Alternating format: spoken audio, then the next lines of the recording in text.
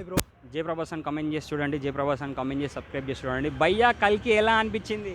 అన్నా కల్కి సినిమా మామూలుగా అంటే మామూలుగా లేదన్నా, నిజంగా చెప్తున్నా సూపర్గా ఉంది.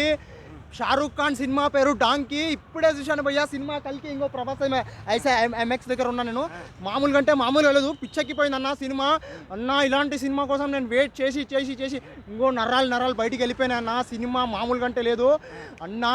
ప్రభాస్ అన్నా నువ్వు ఏడున్నావన్నా, ఒక్క సెల్ఫీ దిగితే నా జన్మధన్యం అయిపోతుంది అన్న. నిజంగా అన్న హాలీవుడ్ రేంజ్కి వెళ్ళిపోయింది అన్న ఎంట్రీకి థియేటర్లో రెస్పాన్స్ ఎలా ఉంది మరి?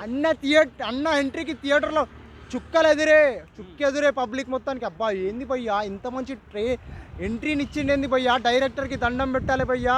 తెలుగు ఇండస్ట్రీకి పునర్వైభవాన్ని తెచ్చిండు భయ్యా. 2024లో బ్లాక్ బస్టర్ సినిమా ఏంటంటే చరిత్రలు చెప్పుకునే సినిమా కల్కి అన్న, నిజంగా చెప్తున్నా. అంటే ఓవరాల్గా ప్రభాస్ అన్న లుక్ చూసినప్పుడు మీకు స్టార్టింగ్లో ఎలా అనిపించింది?